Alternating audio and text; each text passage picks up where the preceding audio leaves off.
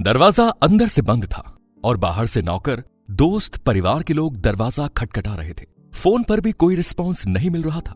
बहन जब दरवाजा तोड़कर अंदर पहुंची तो उसने अपने भाई को जिस हालत में देखा, उसे देखकर सन्न रह गई। पुलिस आई और उसने अपनी जांच शुरू की तो उसे ये मामला आत्महत्या का लगा, जबकि देखने वालों का ये भी कहना था कि शरीर पर चोट के निशान है और एक अच्छा खासा हेल्दी नौजवान जिसका करियर और फ्यूचर दोनों ही सोने की कलम से लिखा गया हो, वो आखिर ऐसे सुसाइड क्यों करेगा।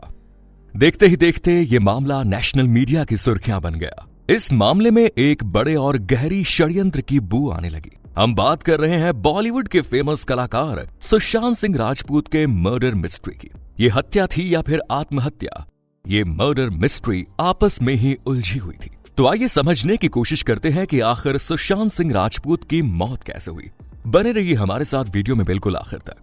सुशांत सिंह राजपूत की मर्डर मिस्ट्री काफी कंट्रोवर्शियल है और इसमें पुलिस की इन्वेस्टिगेशन बेसिकली कुछ पॉइंट्स को लेकर है, जिनमें से एक है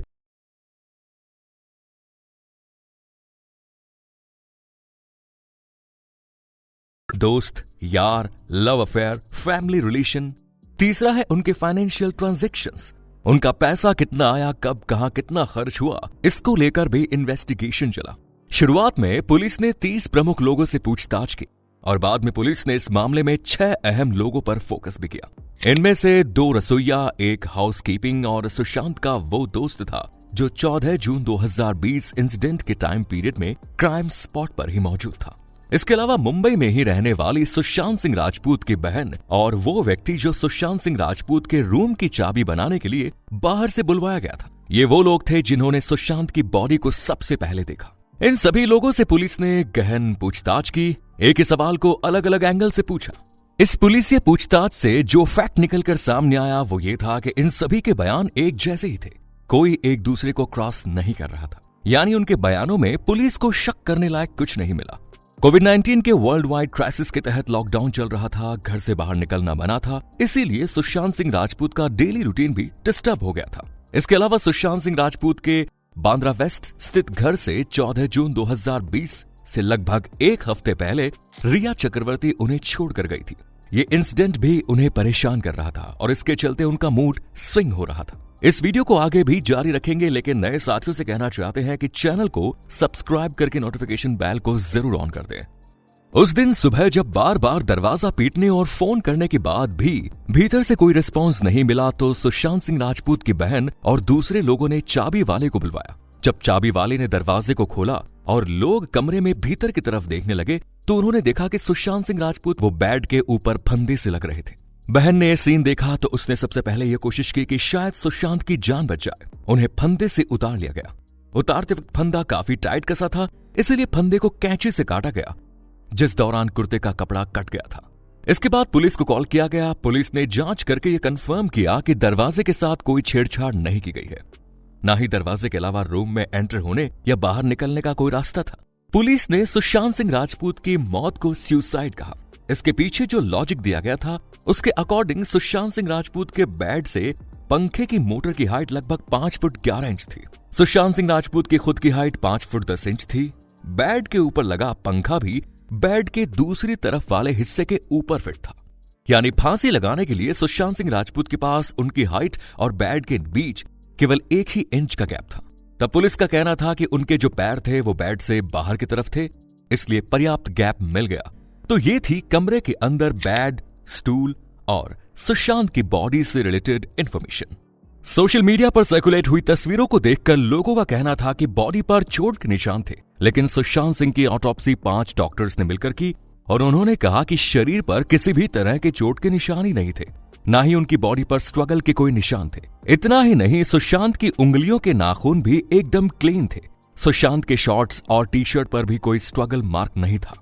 इसके बाद इस मामले में एक डाउट ये भी था कि शायद उन्हें खाने पीने में कोई बेहोशी की दवा, केमिकल या फिर जहरीली चीज दे दी गई हो और फिर बेहोशी की हालत में कातिल ने उन्हें फंदे पर लटका दिया हो। इसे लेकर पुलिस और पीएम करने वाले डॉक्टर का कहना था कि यदि व्यक्ति को कुछ खिलाया पिलाया गया है तो वो जांच पे सामने आ जाता। शुरुआती जांच में ऐसे व्यक्ति के शरीर पर उस दवा, केमिकल या पॉइजन से रिलेटेड सिम्टम्स आ जाते हैं। बॉडी का कलर चेंज हो जाता है, बॉडी से दवाई, केमिकल या पॉइजन की स्मेल आने लगती है और बॉडी में इंटरनल ऑर्गन्स चेंज हो जाते हैं। दूसरा, मृतक के पेट की बिसरा जांच रिपोर्ट में भी फैक्ट आ जाते हैं। हमारे शरीर में एक थैली होती है जिसमें हमारे द्वारा खाया गया भोजन इकट्ठा होता है। अगर कोई व्यक्ति किसी तरीके की दवाई, केमिकल या पॉइजन का सेवन करता है या उसे धोखे से या जबरदस्ती खिलाया जाता है तो मरने के बाद ऑटोप्सी के टाइम पर डॉक्टर डाउट होने पर कॉज ऑफ डेथ का पता लगाने के लिए उस थैली में से उसके द्वारा खाए गए लास्ट मील के सैंपल्स को कलेक्ट कर लेते हैं। फिर उसे एक लिमिटेड टाइम पीरियड तक केमिकल में रखा जाता है। फॉरेंसिक लैब की केमिकल में रखे इस पदार्थ की जब जांच होती है तो उसमें पता लगता है कि जिसकी डेथ हुई है उसने आखिरी में क्या भोजन किया था और उसमें क्या मिलाया गया था। इस इन्वेस्टिगेशन का एक साइड ये भी था कि सुशांत सिंह राजपूत की प्रोफेशनल लाइफ को लेकर भी जांच पड़ताल चल रही थी। सुशांत सिंह राजपूत के फिल्मी करियर की शुरुआत यशराज फिल्म के बैनर तले हुई, जिसमें शुद्ध देसी रोमांस में उन्होंने काम किया। इसके लिए सुशांत सिंह राजपूत और यशराज बैनर के बीच 3 फिल्मों को लेकर एक कॉन्ट्रैक्ट हुआ और इस कॉन्ट्रैक्ट में सुशांत को उनकी पहली फिल्म का मेहनताना 30 लाख दिया जाना था। अगली फिल्म के हिट होने पर 60 लाख और इसके बाद तीसरी फिल्म के हिट होने पर 1 करोड़ दिया जाना था। लेकिन फिल्म के हिट होने का डिसीजन यशराज बैनर ही लेगा। पहली फिल्म शुद्ध देसी रोमांस हिट हो गई। इसके बाद ए डिटेक्टिव ब्योमकेश बख्शी, जो कि बहुत अधिक नहीं चली, लेकिन पुलिस को सौंपे गए कॉन्ट्रैक्ट के अकॉर्डिंग इस फिल्म के लिए सुशांत सिंह को पूरे 1 करोड़ दिए गए थे। लेकिन तीसरी फिल्म के आने के पहले सुशांत सिंह राजपूत के पास दूसरे बड़े प्रोडक्शन हाउस के ऑफर्स आने लग गए, जिनमें संजय लीला भंसाली जैसे प्रोड्यूसर भी थे। लेकिन कॉन्ट्रैक्ट की वजह से सुशांत उन ऑफर्स को एक्सेप्ट नहीं कर सकते थे, जबकि उनके साथ इंडस्ट्री में आए कलाकार आगे बढ़ गए, जैसे कि रणवीर सिंह। अब सुशांत को यह लगने लगा कि इस कॉन्ट्रैक्ट की वजह से उसे फायदे की जगह नुकसान हो गया है। यशराज बैनर की सुशांत को लेकर जो तीसरी फिल्म बननी थी वो शेखर कपूर डायरेक्ट करने जा रहे थे। उसका नाम था पानी। लेकिन शेखर कपूर और यशराज के मालिक उदय चोपड़ा के बीच कुछ क्रिएटिव मैटर्स को लेकर प्रॉब्लम क्रिएट हुई और फिर ये फिल्म टलती ही चली गई। फाइनली सुशांत ने कॉन्ट्रैक्ट तोड़ते हुए दूसरे ऑफर्स को एक्सेप्ट किया, पीके फिल्म की, जिसका रिजल्ट ये हुआ कि यशराज बैनर ने अपनी फिल्म का प्रोजेक्ट ही बंद कर दिया। इसका सुशांत सिंह राजपूत को काफी झटका लगा, क्योंकि वो बेहतरीन डायरेक्टर शेखर कपूर के साथ काम करना चाहते थे। इस फिल्म का प्लॉट भी बहुत अच्छा था और सुशांत सिंह राजपूत को अपने करियर से रिलेटेड काफी उम्मीदें भी थी, लेकिन ये फिल्म नहीं बन पाई। शायद सुशांत सिंह राजपूत के डिप्रेशन में जाने की ये भी एक वजह हो सकती है।